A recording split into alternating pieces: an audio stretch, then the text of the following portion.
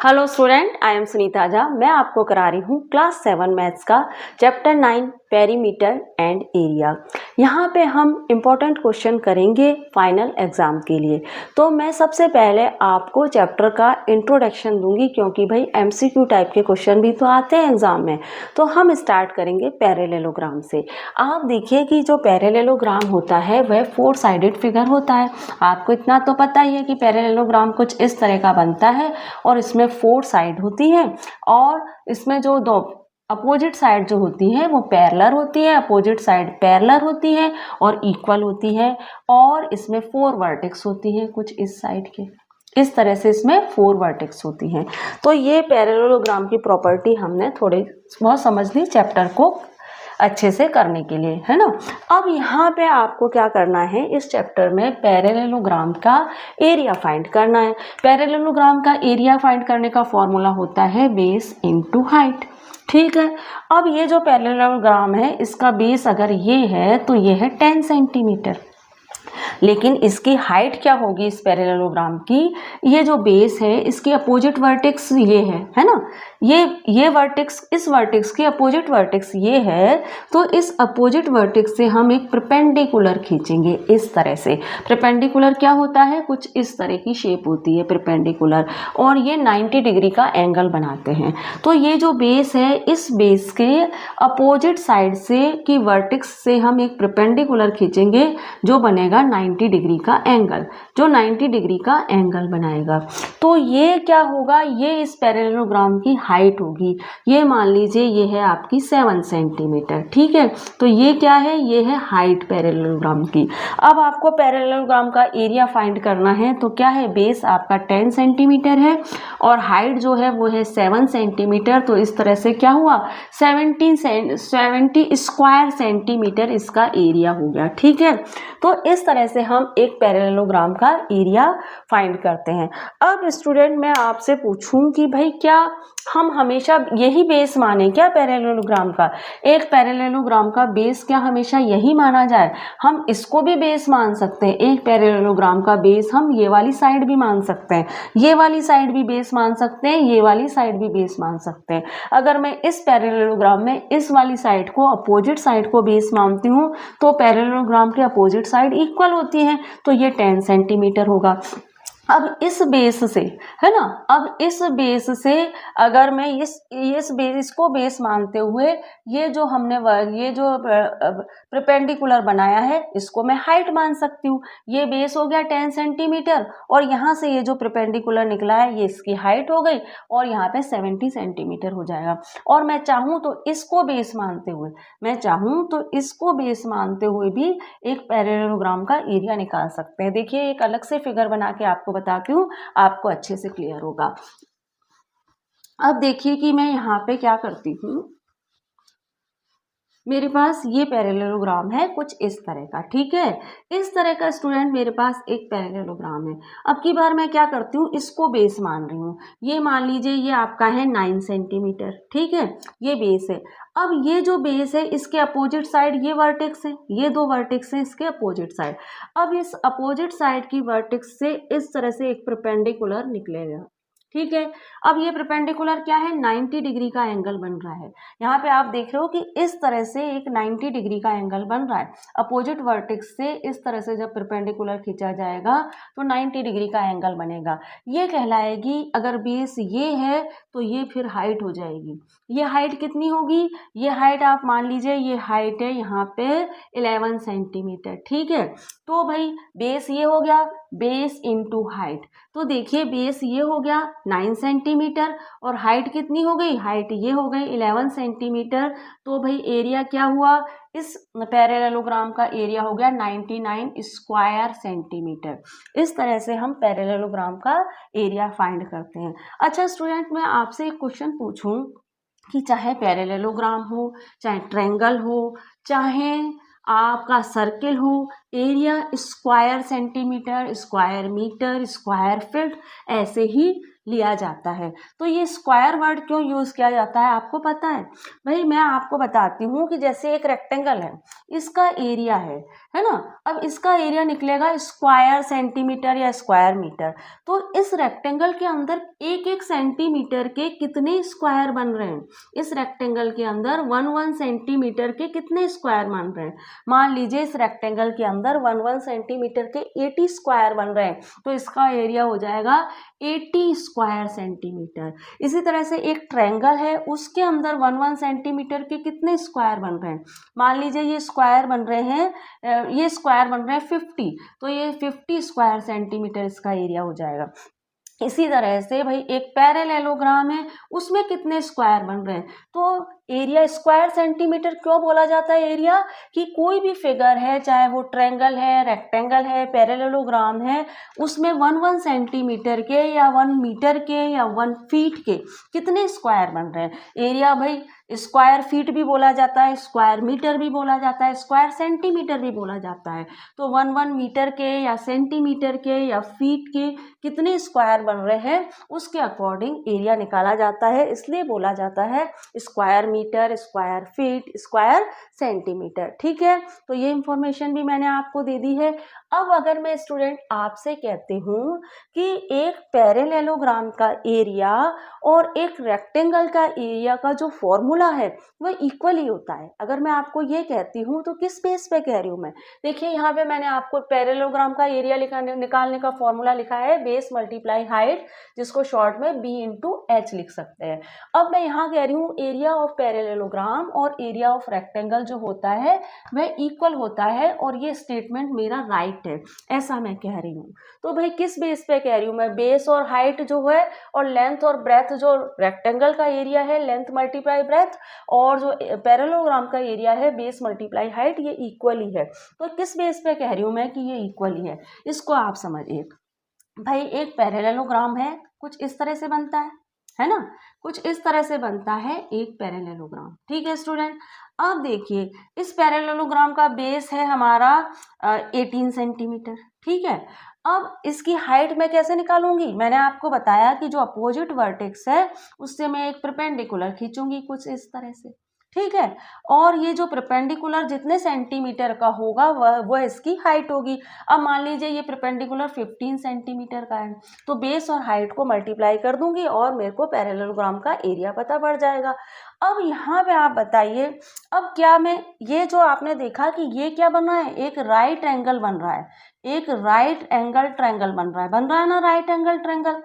अब इस right angle triangle को अगर मैं कट कर दूं और कट करके मैं इस साइड ले आऊं, इस राइट एंगल ट्रायंगल को स्टूडेंट मैं यहाँ से कट करती हूँ, यहाँ से इसको हटाती हूँ और यहाँ ले आती हूँ, इस तरह से यहाँ पे ले आती हूँ, तो ये रेक्टेंगल शेप बनी ना, आप देख रहे हो ना, ये रेक्टेंगल शेप बन गई। और देखिए ये वाली साइड जो थी, ये वाला जो पार्ट था बेस में, वो यहाँ से हटा और अब यहाँ आ गया। ठीक है, और ये हाइट थी, ये हाइट यहाँ पे आ गई।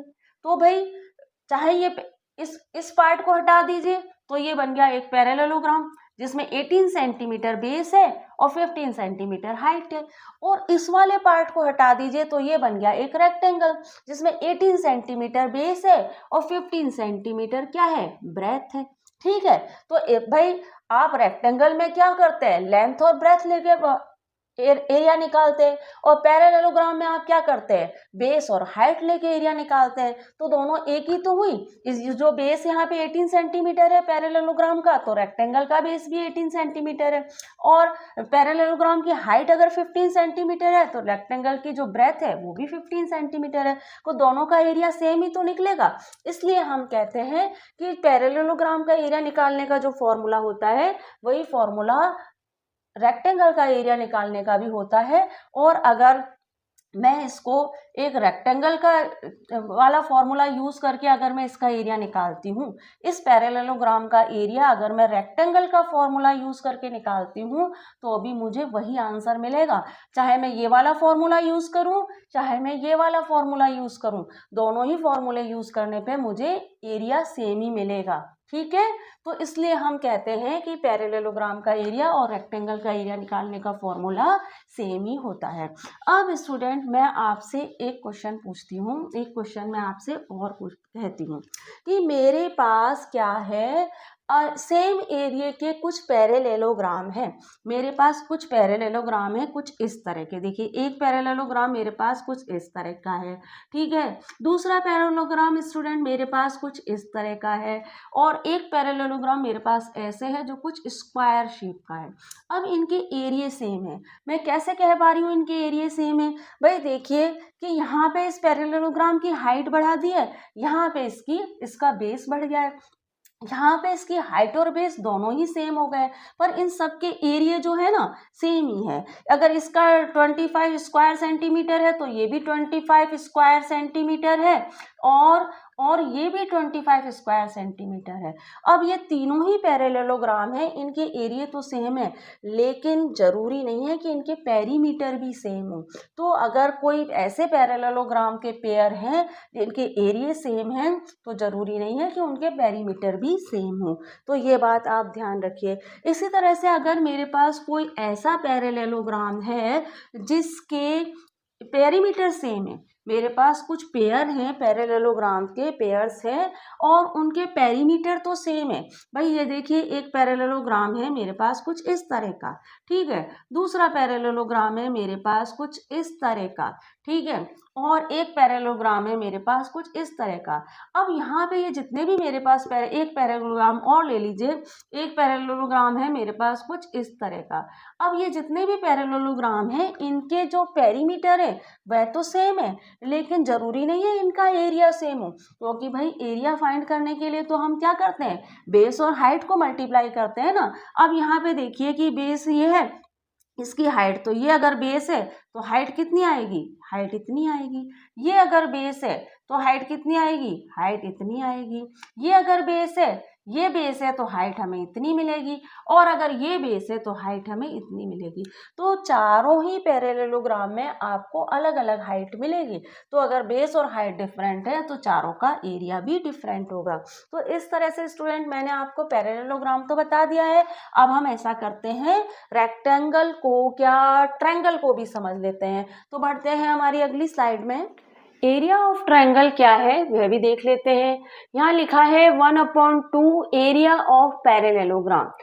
एरिया ऑफ पैरेललोग्राम क्या होता है स्टूडेंट? एरिया ऑफ पैरेललोग्राम मैंने आपको बताया कि बेस मल्टीप्लाई हाइट होता है। तो यहाँ पे ट्रायंगल का एरिया दिया है 1/2 बेस मल्टीप्लाई हाइट। अब आपके मन में एक सवाल आ रहा होगा कि भाई ट्रायंगल तो कुछ इस तरह की शेप है ना, और पैरेललोग्राम कुछ इस तरह की शेप है, फिर ट्रायंगल और पैरेललोग्राम का एरिया लगभग एक सा क्यों बताया गया है? ठीक है, बस 1/2 और ऐड कर दिया है। ट्रायंगल का एरिया बताते समय 1/2 और ऐड कर दिया है, तो ये पैरेललोग्राम और ट्रायंगल का एरिया लगभग कुछ एक सा आपको दिख रहा है ना यहाँ पे।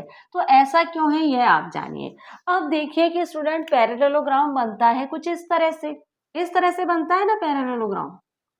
पैरेललोग्राम कुछ इस तरह का शेप होता है। अब इस पैरेललोग्राम के अपोजिट वर्टेक्स क्या है? देखिए ये दो अपोजिट वर्टेक्स है इस पैरेललोग्राम में, ठीक है। अब इन अपोजिट वर्टेक्स को अगर मैं ज्वाइन कर दूं इस तरह से, तो आप क्या देख रहे हैं, यहाँ पे दो ट्रायंगल बन रहे हैं, एक ट्रायंगल ये, एक ट्रायंगल ये बन रहा है ना। एक ट्रायंगल ये बन रहा है, एक ट्रायंगल स्टूडेंट ये बन रहा है, और एक ट्रायंगल ये बन रहा है। अब आप देखिए कि ये दो ट्रायंगल बन रहे हैं। इसका क्या मतलब हुआ? इसका मतलब ये हुआ कि एक पैरेललोग्राम की इस वाली साइड को आप हटा दो, आधा कर दो। एक पैरेललोग्राम की एक पार्ट को अगर आप कट कर दो तो आपको एक ट्रायंगल मिलेगा, ठीक है। इस पैरेललोग्राम की अगर इस वाली साइड को आप कट कर दो तो आपको एक ट्रायंगल मिल जाएगा। इसका मतलब क्या है? ट्रायंगल क्या है? पैरेललोग्राम का हाफ हो गया, हुआ ना हाफ। भाई ये क्या है? इस वाले पार्ट को हटाया तो ट्रायंगल बन गया जो पैरेललोग्राम का हाफ है। इस पार्ट को हटाया तो ट्रायंगल मिल गया जो पैरेललोग्राम का हाफ है। इसलिए ट्रायंगल जो होता है वो पैरेललोग्राम का हाफ होता है, इसलिए इसका फॉर्मूला है 1/2 बेस मल्टीप्लाई हाइट। अब स्टूडेंट हमें यहाँ पे आपके इस चैप्टर में ट्रायंगल का एरिया फाइंड करना है। तो ट्रायंगल का एरिया फाइंड करना है। मैंने एग्जाम्पल 4 लिया है आपके बुक के पेज नंबर 149 से एग्जाम्पल 4 लिया है, जहाँ पे क्या करना है, find the area of the following triangle. तो इसका फर्स्ट पार्ट ही लिया है मैंने, और यहाँ पे ये जो ट्रायंगल बना है इसका आपको एरिया बताना है। तो भाई एरिया निकालने का फॉर्मूला हम पहले लिख लेते हैं। एरिया निकालने का फॉर्मूला आपको याद करना है, ट्रायंगल का भी और पैरेललोग्राम का, और आगे सर्कल बताऊंगी तो वहाँ भी आपको कुछ फॉर्मूले याद करने होंगे। तो देखिए, आप क्वेश्चन करेंगे, फॉर्मूले भी अपने आप ही याद होते चले जाएंगे। 1/2 बेस मल्टीप्लाई हाइट होता है, जिसे अपन बी और बी मल्टीप्लाई एच भी लिख सकते हैं शॉर्ट में, ठीक है। अब आप देखिए कि आपके पास ये ट्रायंगल है, इस ट्रायंगल का बेस क्या मान सकते हैं हम, इस ट्रायंगल का बेस हम ये मान सकते हैं, ठीक है, ये आर है स्टूडेंट, ठीक है। अब क्यू आर जो है वो इस ट्रायंगल का क्या है, बेस है। तो 1/2 तो आप ऐसे ही लिख लीजिए, क्यू आर इसका बेस है जो कितना है 4 सेंटीमीटर है, तो यहाँ 4 सेंटीमीटर लिख दीजिए। अब भाई इस ट्रायंगल की हाइट क्या है, इस ट्रायंगल की हाइट है, ये जो बेस है इसकी अपोजिट वर्टेक्स क्या है स्टूडेंट, ये है इस बेस की अपोजिट वर्टेक्स। इस अपोजिट वर्टेक्स से एक परपेंडिकुलर निकल रहा है, आप देख रहे हैं ना, एक अपोजिट वर्टेक्स से एक परपेंडिकुलर निकल रहा है जो 90 डिग्री का एंगल बना रहा है, और ये परपेंडिकुलर जो निकल रहा है यही इसकी हाइट है इस ट्रायंगल की, और ये कितनी है 2 सेंटीमीटर है, ठीक है।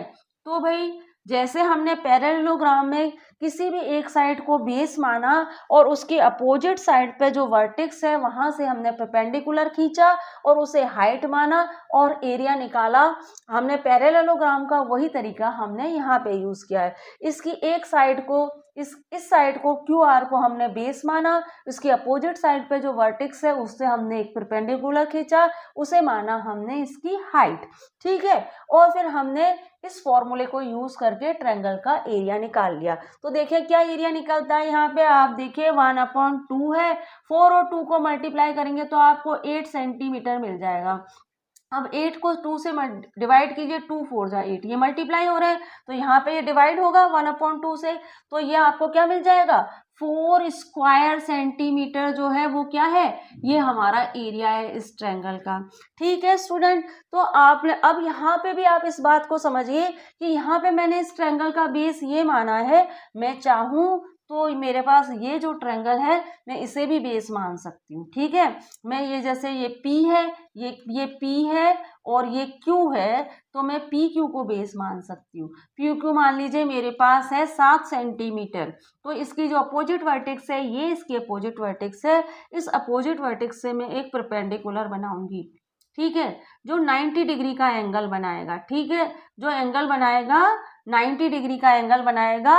और ये जो होगा, ये जो अपोजिट वर्टेक्स से जो परपेंडिकुलर खींचा जाएगा, जो मान लीजिए आपका 12 सेंटीमीटर का है, तो ये तो हो जाएगा बेस, पी क्यू तो हो जाएगा इस ट्रायंगल का बेस, और इसके अपोजिट साइड से जो परपेंडिकुलर निकला है वह क्या हो जाएगी, इसकी हाइट हो जाएगी। और हम क्या करेंगे, इस फॉर्मूले को यूज करके 1/2 बेस मल्टीप्लाई हाइट, इस फॉर्मूले को यूज करके इस ट्रायंगल का एरिया निकाल लेंगे। तो हम किसी भी साइड को बेस मान सकते हैं और उसके अपोजिट वर्टेक्स को से निकलने वाले परपेंडिकुलर को हाइट मान के ट्रायंगल का एरिया फाइंड कर सकते हैं।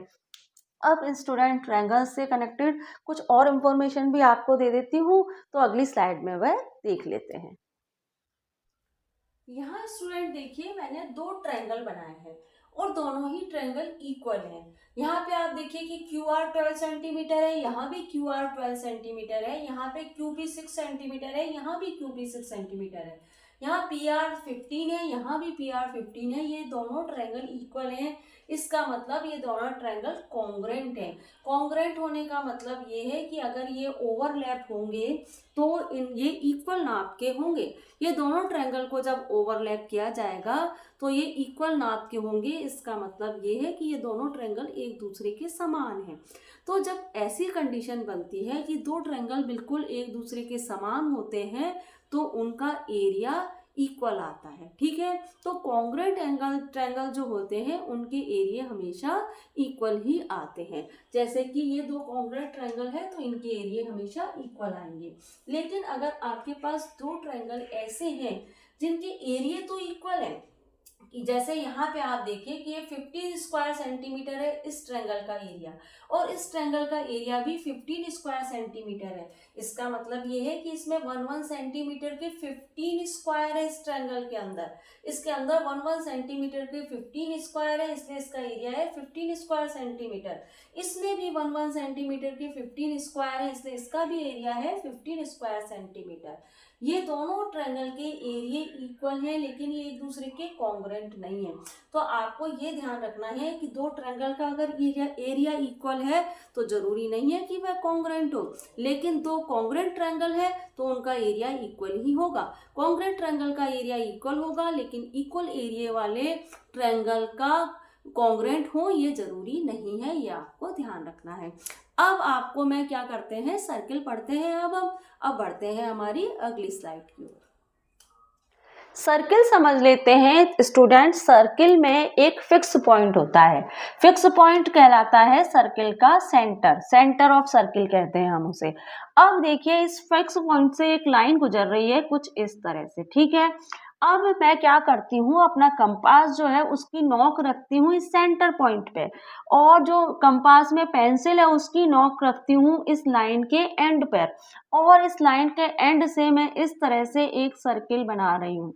इस लाइन के एंड पे मैं पेंसिल रख रही हूँ और इस तरह से एक सर्किल मैंने ड्रॉ कर लिया, ठीक है स्टूडेंट।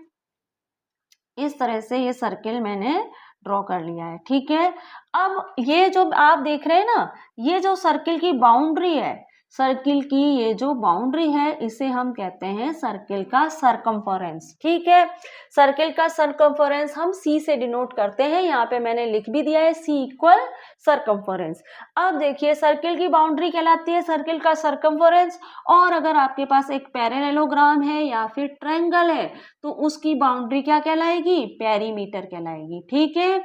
अब आप देखिए, अब इस सर्किल के अंदर ये जो सेंटर पॉइंट से ये जो लाइन गुजर रही है, सेंटर पॉइंट से ये जो लाइन गुजर रही है जो सर्किल के बाउंड्री पे टच हो रही है, इसे हम क्या कहते हैं, सर्किल का रेडियस, ठीक है। और रेडियस को हम आर से डिनोट करते हैं, ठीक है, आर इक्वल रेडियस। अब ये जो रेडियस है ये सर्किल के सेंटर पॉइंट से होते हुए सर्किल की बाउंड्री पर कहीं भी हो सकती है, इधर यहाँ भी हो सकती है, यहाँ भी हो सकती है, और ऐसे भी हो सकती है। और आप रेडियस को आप सर्किल के सेंटर पॉइंट से सर्किल की बाउंड्री तक कहीं भी बना सकते हैं, और ये इक्वल लेंथ की होगी हमेशा एक सर्किल के अंदर। अगर ये 3 सेंटीमीटर है तो ये भी 3, ये भी 3, ठीक है। अब रेडियस आपको क्लियर हो गई।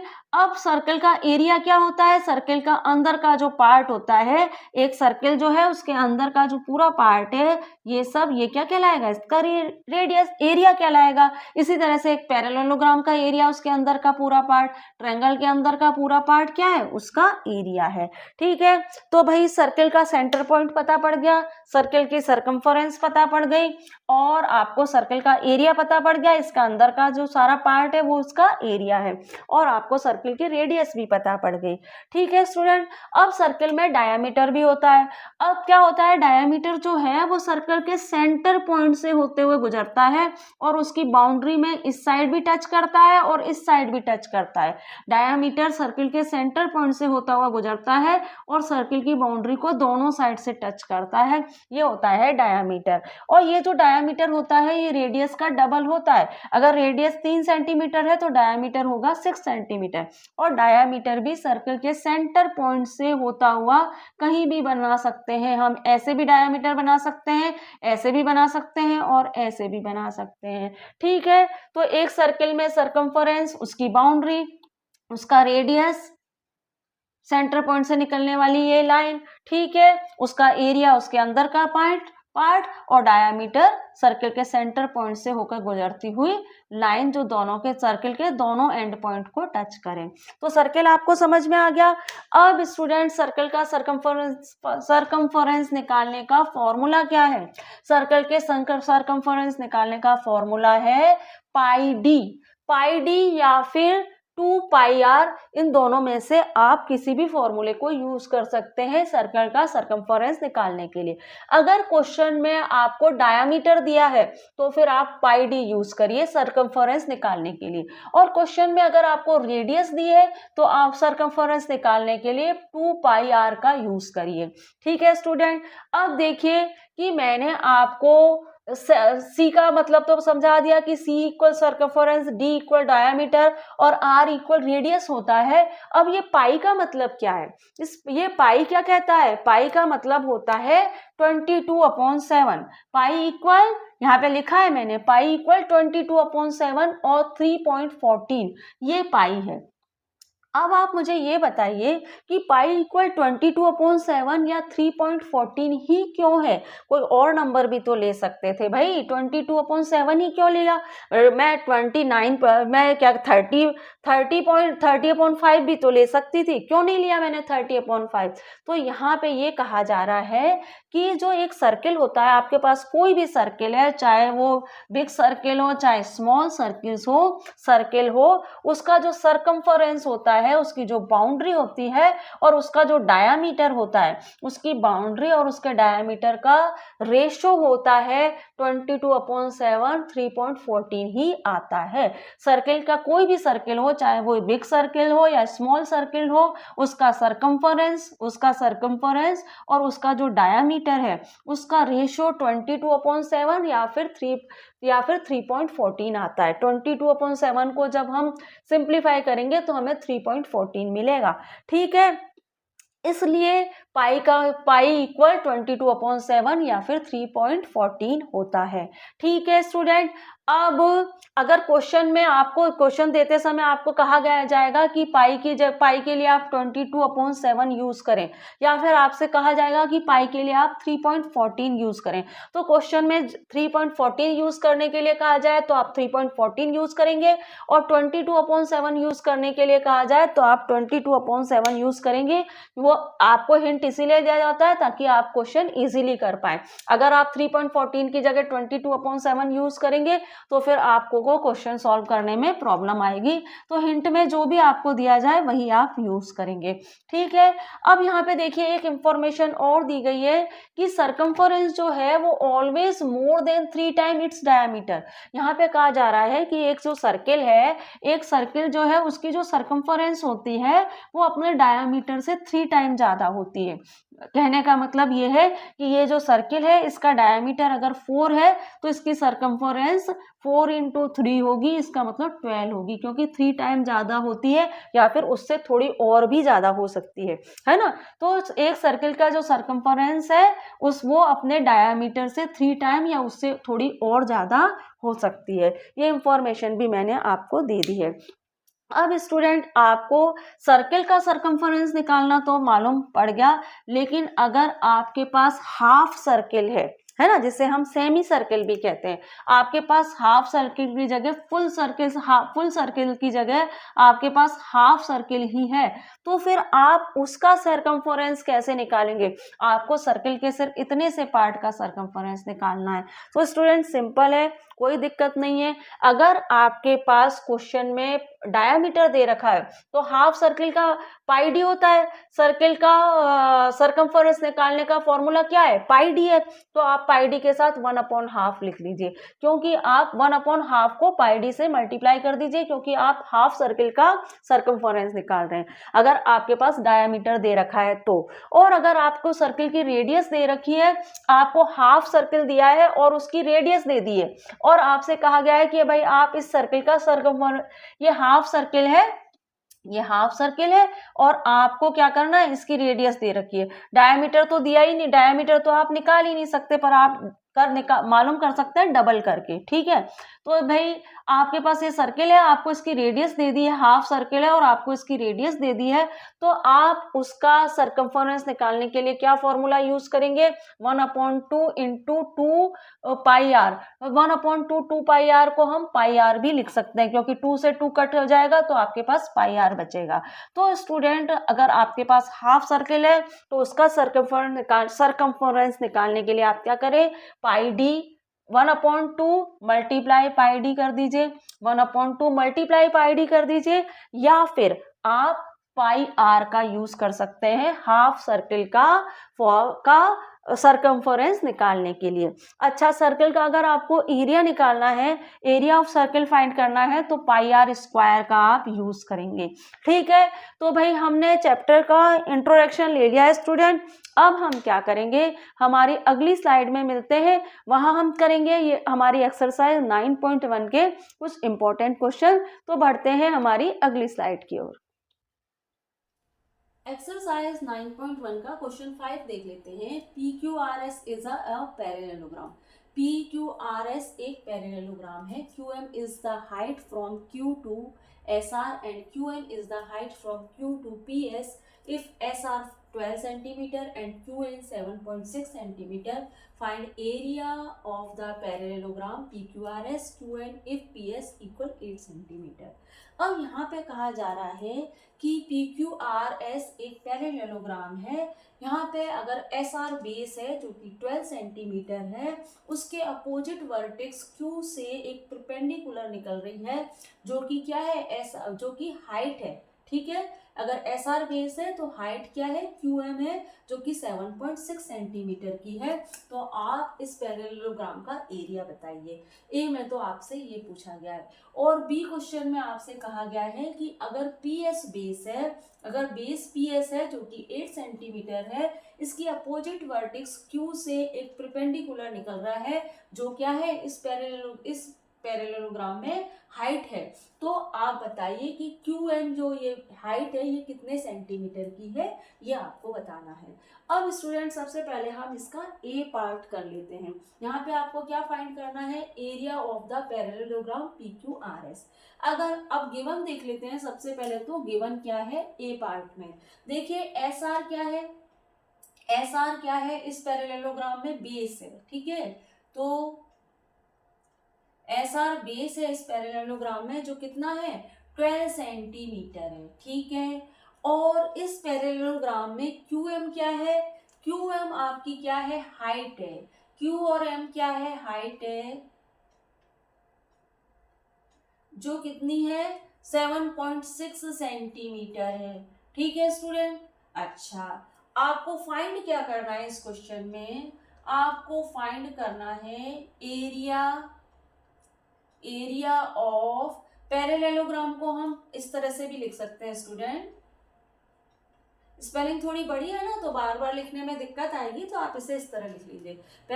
एरिया ऑफ पैरेललोग्राम फाइंड क्या करना है, एरिया ऑफ पैरेललोग्राम PQRS, ये आपको फाइंड करना है। ठीक है स्टूडेंट। अब आप देखिए कि भाई आपको एरिया फाइंड करना है, तो एरिया के लिए मैं ए लिख देती हूँ, और फॉर्मूला क्या है, एरिया ऑफ पैरेललोग्राम, इतना तो हमको लिखना पड़ेगा। ठीक है, एरिया ऑफ पैरेललोग्राम। ठीक है, तो एरिया ऑफ पैरेललोग्राम क्या है, बेस मल्टीप्लाई हाइट, यही है पैरेललोग्राम का एरिया।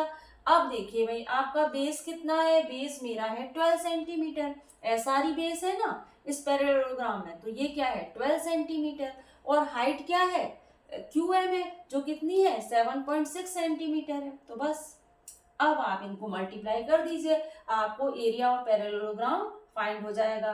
तो एरिया ऑफ पैरेललोग्राम हमको फाइंड करना है, क्या आएगा देख लेते हैं। 12 को 7.6 से मल्टीप्लाई कीजिए, 6 2 जा 12 होता है, 2 लिखा 1 कैरी, 6 1 जा 6 और 1 कैरी ऐड किया तो 7 हो गया, 7 2 जा 14, 1 कैरी, 7 1 जा 7 और 8। ठीक है, अब देखिए ये 2 7 और 4 कितना होता है 11 होता है, और 8 और 1 9, पॉइंट लगा दीजिए 1 नंबर के बाद। ठीक है, तो 91.2 एरिया ऑफ पैरेललोग्राम कितना हो गया स्टूडेंट, 91.2 हो गया।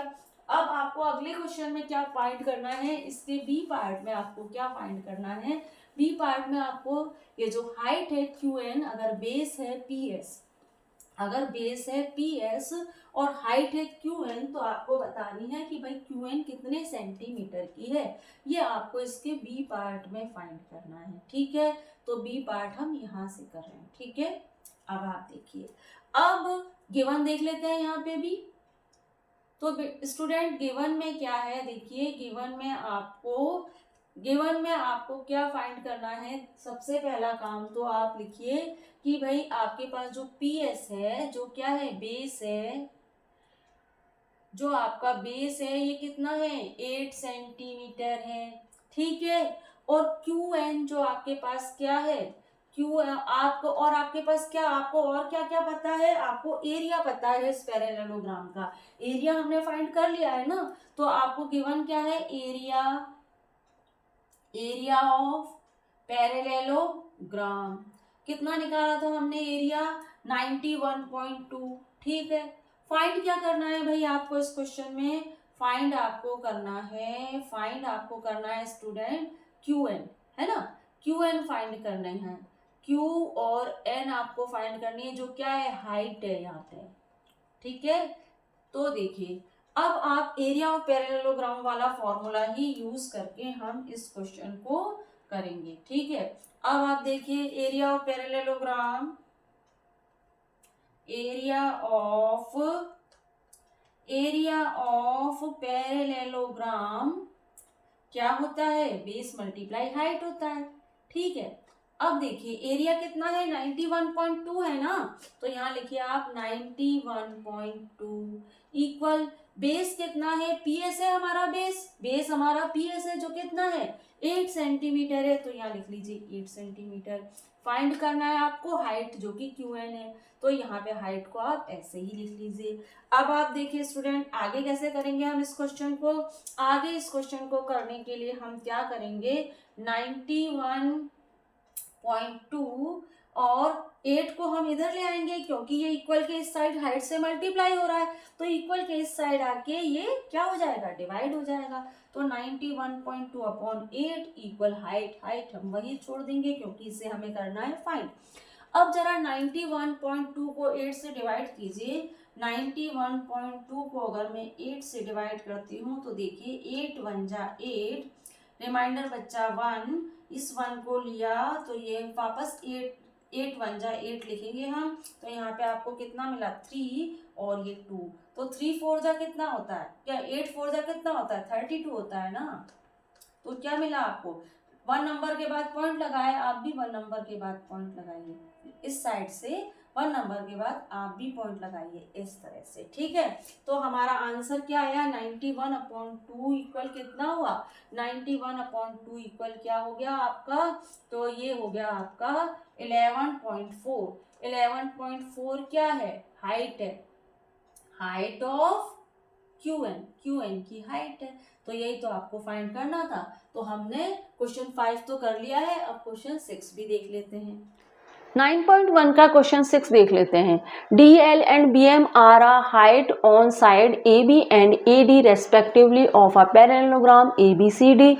If the area of parallelogram is 1470 square centimeter, AB equal 35 centimeter, AD equal 49 centimeter, find the length of BM and DL। भाई यहाँ पे एक पैरेललोग्राम है ABCD। इस पैरेललोग्राम का एरिया है 1470 स्क्वायर सेंटीमीटर। इसमें ये जो AB है ये 35 सेंटीमीटर की है और इसके ऊपर जो हाइट दे रखी है DL वह आपको फाइंड करनी है, ठीक है। इसी तरह से जो AD है वो 49 सेंटीमीटर की है और इसके ऊपर जो हाइट दे रखी है BM वह आपको फाइंड करनी है। तो यहाँ पे इस क्वेश्चन में आपको AB दे रखी है, AD दे रखी है और आपको पैरेललोग्राम का एरिया भी दिया है। आपको मालूम क्या करना है, DL और BM आपको मालूम करनी है। तो ठीक है, क्वेश्चन में जो भी गिवन है वह हम सबसे पहले लिखेंगे। तो हमें एरिया ऑफ पैरेललोग्राम पता है,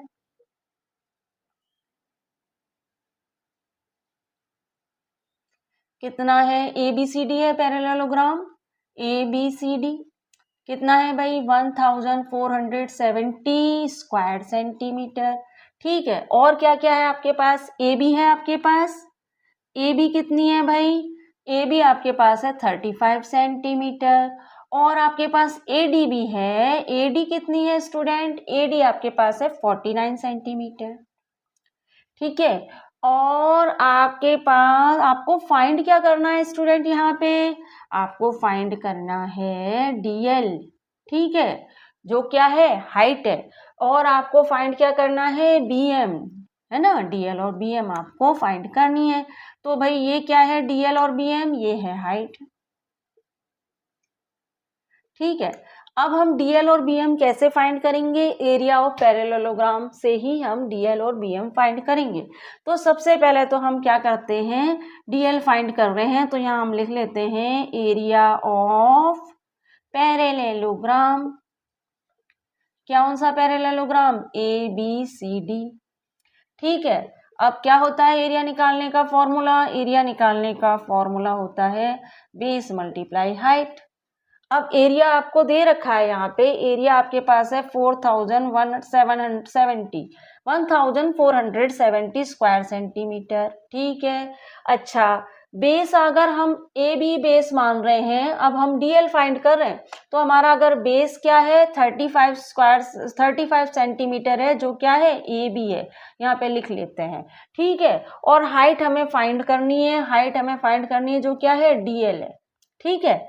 तो भाई देखिए हाइट कितनी होगी, अब आपको पता है कि 1470 स्क्वायर सेंटीमीटर है यहाँ पे इक्वल के इस साइड, और यहाँ पे जो AB है, जो क्या है बेस है, वो अगर 35 सेंटीमीटर है तो इक्वल के इस साइड आएगा, तो क्या होगा डिवाइड हो जाएगा, और हाइट यहीं रह जाएगी जो क्या है DL है, ठीक है, जो क्या है DL है। और यहाँ पे ये क्या है 35 क्या है AB है, ठीक है। अब आप क्या करिए 1470 में डिवाइड करिए 35 को। अब आप देखिए मैं डायरेक्ट 35 क्यों कर रही हूँ, आपके लिए इजी रहेगा, ऐसे काटा पीटी करोगे कुछ गलती हो सकती है। अब आप देखिए कि भाई आपको पता है कि 3 4 जा 12 होता है, 3 4 जा 12 होता है और 3 5 जा 15 होता है। तो मैं 3 5 जा 15 होता है ना स्टूडेंट, तो मैं इसे 3 4 से करूंगी, 35 4 जा फाइंड करूंगी मैं क्या होता है, क्योंकि भाई 3 4 जा 12 होता है और यहाँ क्या है 147 है, तो मुझे 147 चाहिए या फिर उससे छोटा नंबर चाहिए, इसलिए मैं इसे 4 से डिवाइड कर रही हूँ, क्योंकि 3 4 जा 12 होता है और 3 5 जा तो 15 हो जाता है, जो बड़ा नंबर हो जाएगा। तो भाई 5 4 जा कितना होता है 20 होता है, और 4 3 जा 12 होता है, और 12 और 2 कितना होगा 14। तो यहाँ पे आपको क्या मिला 4 और 140 मिल गया, ठीक है, 140 मिल गया। अब हम क्या करेंगे, इसमें माइनस करेंगे तो मिलेगा आपको 7, और ये हो जाएगी 0। 35 2 जा 70 होता है, हो गया ना फटाफट, इसलिए हमने डायरेक्ट 35 से ही कर लिया। तो यहाँ पे आपको हाइट जो कि क्या है DL है ना, तो यहाँ पे आपको जब आप इसको इससे डिवाइड करोगे, यहाँ पे आप लिख लीजिए 4 और 2 आपको मिलेगा, ठीक है। तो भाई हाइट जो कि क्या है, हाइट जो कि DL है, वो आपको कितनी मिल जाएगी 42 सेंटीमीटर, ठीक है। तो DL तो आपने फाइंड कर ली, हाइट जो DL है वो आपको पता पड़ गई 42 सेंटीमीटर हो गई, ठीक है स्टूडेंट। और ये हमने क्या करा, DL तो मालूम कर ली। अब हम ऐसा करते हैं अगली स्लाइड में हम क्या करते हैं BM भी फाइंड कर लेते हैं। अब हम ऐसा करते हैं DL तो हमने फाइंड कर लिए, BM भी फाइंड कर लेते हैं, ये भी हम एरिया ऑफ पैरेललोग्राम यूज करके ही फाइंड करेंगे। तो B इंटू H होता है area of parallelogram. Area of parallelogram question में दे रखा है 1470 स्क्वायर सेंटीमीटर है, ठीक है। बेस कितना है भाई, बेस हमारा AD है तो AD कितना है 49 सेंटीमीटर है, ये क्या है AD है, ठीक है ना। अगर बेस AD है तो हाइट क्या है BM है, तो वो हमें पता नहीं है, वह हमें फाइंड करनी है, ये क्या है BM है, ठीक है। यहाँ लिख लीजिए BM ताकि पता पड़े कि आप क्या फाइंड करने जा रहे हैं, ठीक है। अब आप देखिए कि 1470 जो है स्क्वायर सेंटीमीटर जो एरिया है, उसमें आप 49 कर दीजिए डिवाइड। क्यों करें डिवाइड, क्योंकि ये जो है बेस जो है वो इस हाइट के साथ मल्टीप्लाई हो रहा है, तो इक्वल के इस साइड आके ये हो जाएगा डिवाइड, और हाइट यहाँ पे ऐसे ही रह जाएगी जो क्या है BM है, ठीक है। और ये क्या है, बेस क्या है AD है, ठीक है। अब आप देखिए 1470 में जरा मैं 49 डिवाइड करूंगी तो मुझे क्या मिलेगा भाई, 4 3 जा 12 होता है, और 4 5 जा कितना होता है 20 होता है। तो जरा 3 से करके देखिए इसे 27, ठीक है, और 12 और 13 14, अरे ये तो आ गया आपके पास, ठीक है, 3 जा कितना होता है 147 ही होता है, तो आपको ये 0 बची, यहाँ पे 30 आ गया आपके पास। तो देखिए 49 को जब हम 1470 को जब 49 से डिवाइड करेंगे तो आपको 30 मिल जाएगा। तो भाई h जो कि BM है वो कितना होगा 30 सेंटीमीटर होगा। तो BM जो कि हाइट है वो कितनी होगी 30 सेंटीमीटर होगी। तो इस तरह से हमने BM और DL दोनों ही फाइंड कर ली है और क्वेश्चन 6 हमारा हो चुका है स्टूडेंट। अब हम करते हैं क्वेश्चन 7, बढ़ते हैं अगली स्लाइड की ओर। क्वेश्चन 7 9.1 का देख लेते हैं। Triangle ABC is right angled at A, AD is perpendicular to BC if AB equal 5 centimetre, BC 13 centimetre and AC 12 centimetre. Find the area of triangle ABC, also find length of AD। अब यहाँ पे आपसे कहा जा रहा है कि ABC एक राइट एंगल ट्रायंगल है। कैसे कह रहे हैं हम ये राइट एंगल ट्रायंगल है? अगर आप AC को बेस मानते हैं तो आप पाएंगे कि ये 90 डिग्री का एंगल बनेगा। तो आप ये एक राइट एंगल ट्रायंगल है, तो आपको क्या बताना है? इस राइट एंगल ट्रायंगल का एरिया बताना है। अगर BC 13 सेंटीमीटर है, AC 12 सेंटीमीटर है और AB आपकी 5 सेंटीमीटर है, और आपको ये बताना है कि बेस अगर BC है तो इसकी अपोजिट वर्टेक्स जो कि A है वहां से एक परपेंडिकुलर निकल रहा है AD, तो उसकी लेंथ कितनी होगी ये भी आपको बताना है। तो आंसर में हम सबसे पहले स्टूडेंट गिवन लिखेंगे। गिवन में आप देखिए कि AB हमारे पास क्या है, AB हमारे पास स्टूडेंट है 5 सेंटीमीटर, ठीक है। और आपके पास BC क्या है? आपके पास BC है आपके पास 13 सेंटीमीटर, और आपके पास जो AC है वह कितना है? आपके पास 12 सेंटीमीटर है, ठीक है स्टूडेंट। फाइंड आपको क्या करना है भाई? फाइंड आपको करना है area of triangle, area of triangle ABC, ठीक है। एरिया ऑफ राइट ट्रायंगल है ना, राइट एंगल ट्रायंगल है तो थोड़ा कुछ इस तरह से बना दीजिए, right angle triangle ABC। And आपको क्या फाइंड करना है? हाइट ऑफ क्या मालूम करना है? AD, ये आपको फाइंड करना है। तो भाई एरिया ऑफ ट्रायंगल फाइंड करना है तो सबसे पहले हम एरिया ऑफ ट्रायंगल का फॉर्मूला लिख लेते हैं। Area of triangle, right angle triangle ABC, area of right angle triangle ABC equal 1/2 multiply base into height, ये होता है एरिया निकालने का फॉर्मूला। अब स्टूडेंट देखिए कि 1/2 तो मैंने लिख लिया, बेस क्या मैं BC को मानूं? BC जो 13 सेंटीमीटर है, अगर मैं इसको बेस मानती हूँ तो हाइट मुझे AD माननी पड़ेगी, और AD तो मुझे पता ही नहीं है कितनी है भाई। तो भाई एरिया निकालने के लिए मुझे बेस और हाइट दोनों पता होनी चाहिए, तभी तो मैं एरिया निकालूंगी। तो यहाँ पे मैं BC को हाइट बेस नहीं मान रही हूँ, बेस मैं मानूंगी AC को मैं बेस मानूंगी और AB को मैं मानूंगी हाइट, क्योंकि आपको पता है कि ये एक राइट एंगल ट्रायंगल है। तो भाई ये राइट एंगल ट्रायंगल है तो इसको अगर हम कुछ इस तरह से रखें तो आपको इजीली पता पड़ेगा कि भाई ये एक राइट एंगल ट्रायंगल है, ठीक है। अगर मैं इसको स्टूडेंट कुछ इस तरह से रखती हूँ तो आपको इजीली पता पड़ रहा है कि ये राइट एंगल ट्रायंगल है, ठीक है। अगर तो आप देखिए, अगर मैं इसको ऐसे रखती हूँ, इस तरह से रखती हूँ, तो आपको पता पड़ रहा है कि ये AC है जो कि बेस है और ये हाइट है, ये AB है। अब इस ट्रायंगल को यहाँ पे इस ट्रायंगल को इस तरह ना रख के कुछ इस तरह से रखा गया है, तभी भी तो ये क्या है? राइट एंगल ट्रायंगल ही तो है। ये AC हो गया, ये बेस हो गया, और ये हो गई हाइट AB, ठीक है। तो भाई राइट एंगल ट्रायंगल में जो हाइट होती है, ये एक राइट एंगल ट्रायंगल है, आप देख रहे हैं कि ये एक राइट एंगल ट्रायंगल है। तो बेस हो गया AC जो कितना है 12 सेंटीमीटर है, और हाइट कितनी हो गई आपकी AB जो कितनी है 5 सेंटीमीटर है।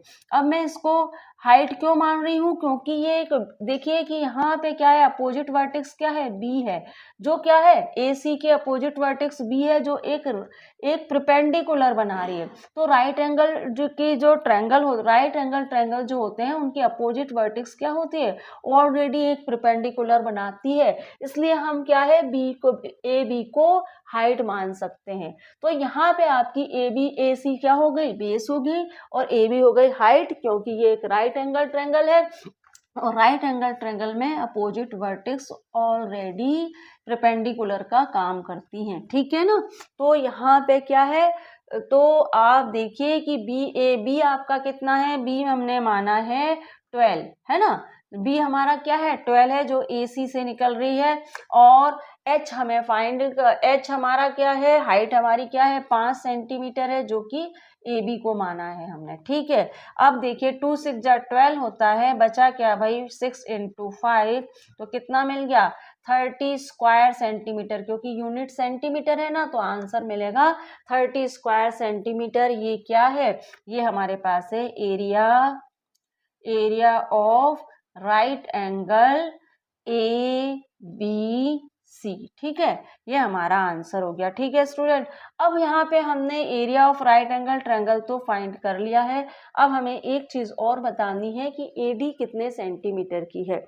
तो भाई यहाँ पे भी आप राइट एंगल ट्रायंगल का, यहाँ पे भी आप ट्रायंगल का एरिया ऑफ यूज़ करके ही एरिया शॉर्ट में लिख लेते हैं, यहाँ जगह कम है तो एरिया को मैं ए से डिनोट कर रही हूँ, area of right angle A B C, ठीक है, area of right angle A B C, right angle triangle A B C 1/2 multiply base multiply height. तो आप देखिए एरिया हमने फाइंड कर लिया है स्टूडेंट, तो 30 स्क्वायर सेंटीमीटर है तो उसको हम यहाँ पे लिखेंगे 30 स्क्वायर सेंटीमीटर, तभी हम मालूम कर पाएंगे एडी कितना है, क्योंकि दो क्वांटिटी आपको पता होनी चाहिए तभी आप थर्ड क्वांटिटी मालूम कर सकते हैं।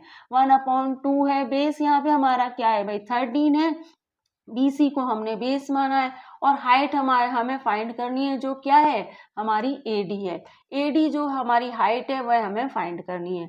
अब आप देखिए स्टूडेंट कि यहाँ पे आप ये 30 है और इसको मैं 13/2 लिख सकती हूँ, इसको मैं 13/2 मान सकती हूँ, लेकिन ये क्या हो रहा है हाइट के साथ मल्टीप्लाई हो रहा है, ये हाइट के साथ मल्टीप्लाई हो रहा है 13/2, तो इक्वल के इस साइड क्या होगा स्टूडेंट, इक्वल के इस साइड ये डिवाइड हो जाएगा 13/2, ठीक है। और यहाँ पे हाइट जो कि AD है वो ऐसे ही रह जाएगी, ठीक है। अब आप देखिए इसको मुझे रेसिप्रोकल करना पड़ेगा मल्टीप्लाई करने के लिए, तो 2/13 हो जाएगा। क्या मिला आपको, ये हाइट AB आपकी हाइट है AD, ठीक है, हाइट आपकी क्या है AD है। तो आप देखिए कि यहाँ पे आपको क्या मिला 60/13 मिला, 60/13 लेंथ है ये, तो इसको थोड़ा सा और सिंप्लीफाई कर लेते हैं। 60/13 क्या है हाइट है AD की, तो इसको थोड़ा और सिंप्लीफाई करके देख लेते हैं। तो 60 भाई आपको पता है कि 13 4 जा क्या होता है 52 होता है, और 13 5 जा 65 होता है, तो 13 4 जा 52, ठीक है। बचा क्या भाई यहाँ पे 8 बचा।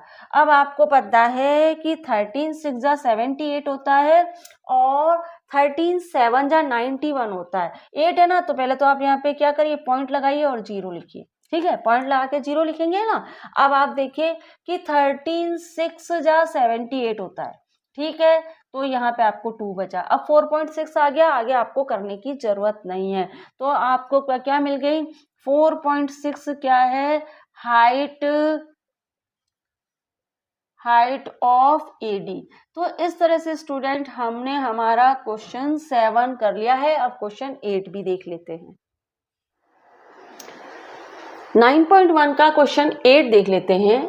Triangle ABC is isosceles with AB equal AC equal 7.5 centimeter and BC equal 9 centimeter. The height AD from A to BC is 6 centimeter. Find the area of triangle ABC. What will be the height from C to AB and CE? यहाँ पे क्या कहा जा रहा है, यहाँ पे आपसे कहा जा रहा है कि ट्रायंगल ABC एक आइसोसेलेस ट्रायंगल है। आइसोसेलेस ट्रायंगल उस ट्रायंगल को कहते हैं जिसमें दो साइड इक्वल होती है। तो यहाँ पे आप देखिए कि इस आइसोसेलेस ट्रायंगल में AB 7.5 सेंटीमीटर है और AC भी 7.5 सेंटीमीटर है, तो ये एक आइसोसेलेस ट्रायंगल है, ठीक है। और जो BC है वह 9 सेंटीमीटर है, और BC अगर बेस है तो इसके अपोजिट वर्टेक्स जो कि A है वहाँ से एक परपेंडिकुलर खींचा है जो क्या है 6 सेंटीमीटर का है। अब यहाँ पे आपको फाइंड क्या करना है, इस आइसोसेलेस ट्रायंगल का एरिया फाइंड करना है और साथ में आपको ये बताना है कि AB अगर बेस है और उसके अपोजिट साइड जो कि C है, उसकी अपोजिट वर्टेक्स जो कि C है वहाँ से अगर एक परपेंडिकुलर खींचा जा रहा है तो उसकी हाइट क्या है ये आपको बताना है। ठीक है, तो सबसे पहले स्टूडेंट हम गिवन लिख लेते हैं। गिवन में देखिए आपको क्या क्या दिया है। गिवन में आपको दिया है एक तो AB दी है, ठीक है। AB कितनी है स्टूडेंट, 7.5 सेंटीमीटर है, ठीक है। और AC कितनी है, AC है 7.5 सेंटीमीटर, ठीक है, क्योंकि ये आइसोसेलेस ट्रायंगल है ना इसलिए। और BC कितनी है, BC आपकी है 9 सेंटीमीटर, ठीक है। और AD आपकी कितनी है, AD आपकी है 6 सेंटीमीटर, ठीक है। और फाइंड क्या करना है आपको, फाइंड आपको करना है कि भाई एक तो एरिया ऑफ आइसोसेलेस ट्रायंगल, ठीक है, एंड हाइट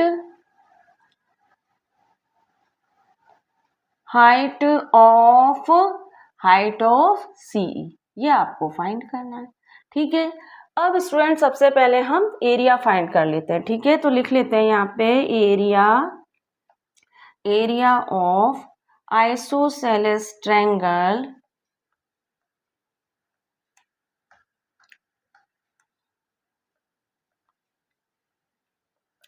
ABC, ठीक है।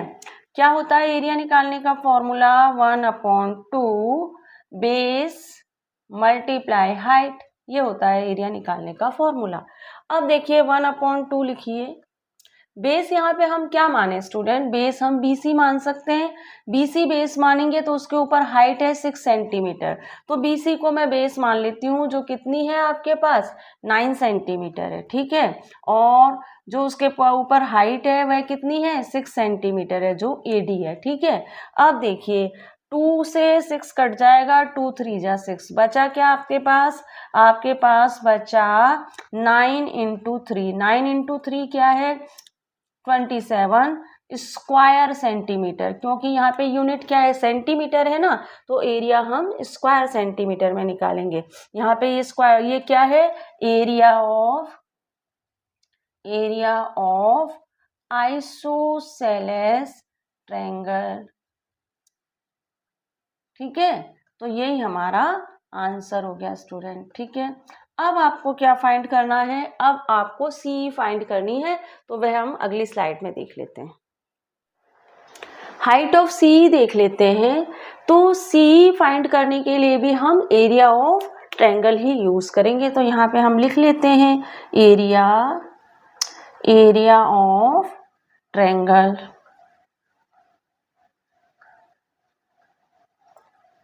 ठीक है। क्या होता है 1/2 बेस मल्टीप्लाई हाइट। अब स्टूडेंट एरिया हम फाइंड कर चुके हैं, कितना आया था 27 स्क्वायर सेंटीमीटर आया था, ठीक है। तो यहाँ एरिया मैंने लिख दिया 1/2 लिख दिया। बेस हम क्या मान रहे हैं, AB को हम बेस मान रहे हैं, ठीक है। AB बेस है तो उसके अपोजिट वर्टेक्स जो C है वहां से परपेंडिकुलर निकल रहा है, ठीक है। वो उसकी हाइट हमें मालूम करनी है। तो भाई AB हमारे क्या है बेस है जो क्या है 7.5 सेंटीमीटर है, और हाइट हमें फाइंड करनी है जो क्या है CE है, ठीक है। CE तो हमें फाइंड करनी है। अब आप देखिए 27 तो आप ऐसे ही लिख लीजिए, और 1/2 और 7.5 इसको आप आपस में मल्टीप्लाई कर दीजिए तो आपको मिलेगा 7.5/2 और मल्टीप्लाई CE, ठीक है स्टूडेंट। अब आप देखिए आगे यहाँ करते हैं। अब आप देखिए कि 7.5 और 2 मल्टीप्लाई हो रहा है CE से, तो इक्वल के इस साइड आके ये डिवाइड हो जाएगा इस तरह से, 7.5/2 डिवाइड हो गया इक्वल के इस साइड आके, और बचा यहाँ पे CE, ठीक है स्टूडेंट। अब आप देखिए, अब यहाँ पे 7 पॉइंट इसको रेसिप्रोकल कर दीजिए 2 अपॉन, या ये मल्टीप्लाई हो गया, इसको मल्टीप्लाई किया तो क्या हुआ, ये रेसिप्रोकल हो गया, 2 ऊपर चला गया और 7.5 नीचे चला गया। अब स्टूडेंट यहाँ पे और क्या फाइंड कर रहे हैं, हम सी फाइंड कर रहे हैं। यहाँ पे हम एक काम और करेंगे, यहाँ पे हम 7.5 का पॉइंट हटाने के लिए क्या करेंगे, यहाँ पे 10 लिख देंगे। कैसे, पॉइंट की जगह हमने 1 लिखा और पॉइंट के बाद एक नंबर था तो यहाँ पे एक 0 लगा दी, तो ये 75 हो गया। ठीक है, इसका पॉइंट हट गया। अब ये 3 से डिवाइड हो रहा है, देखिए 3 9 जा 27, 3 2 जा 6, 3 5 जा 15, अब 5 2 जा 10 होता है और 5 5 जा 25 होता है। ठीक है, अब ये और नहीं कट रहे हैं, तो यहाँ पे क्या मिला आपको, 9 इंटू 2 इंटू 2 अपॉन 5, क्या हुआ, ये सी निकाल रहे हैं ना हम, क्या हुआ स्टूडेंट, ये हुआ हमारा 9 2 जा 18 और 18 2 जा कितना होता है, 18 2 जा 36 होता है। ठीक है, तो आपको यहाँ पे क्या मिला स्टूडेंट, यहाँ पे हमको मिला 36 अपॉन 5 इक्वल सी। अब 36 और 5 को जरा डिवाइड कीजिए, 36 को 5 से डिवाइड कीजिए, आपको क्या मिलेगा, 5 7 जा 35 होता है। ठीक है, 1 आया, पॉइंट लगाइए, 0 लगाइए, 5 2 जा 10 होता है, 7.2 मिला। 36 अपॉन 5 का मतलब होता है 7.2। तो यहाँ पे क्या मिल गया आपको, सी स्टूडेंट, यहाँ पे आपको मिल गया 7.2। ये क्या है, हाइट ऑफ, है ना, हाइट ऑफ सी है, तो सी इक्वल 7.2 हाइट ऑफ सी, इस तरह से लिख लीजिए। ठीक है, और ये हमारा क्या है, आंसर हो गया। तो इस तरह से स्टूडेंट हमारा ये जो चैप्टर था पेरीमीटर एंड एरिया, इसका मैंने इंट्रोडक्शन तो आपको दे दिया है और 9.1 तक जितने भी इम्पोर्टेंट क्वेश्चन बन रहे थे वह भी मैंने आपको करा दिया है। स्टूडेंट, आप वीडियो को ध्यान से देखिए और साथ में आप प्रैक्टिस भी कीजिए। MCQ टाइप के क्वेश्चन आए चाहे कोई और क्वेश्चन आए, आई होप आप अच्छे से कर पाएंगे इस चैप्टर से रिलेटेड। आपको प्रैक्टिस और करनी है, इस बात का आपको ध्यान रखना है। अब स्टूडेंट, वीडियो काफ़ी लेंथी हो गया है, हम ऐसा करते हैं, ये हमारा पार्ट 1 होगा। पार्ट 2 में मैं आपको 9.2 जिसमें सर्किल है उससे रिलेटेड क्वेश्चन करा दूंगी। तो मिलते हैं हमारे अगले वीडियो में। Thank you for watching student.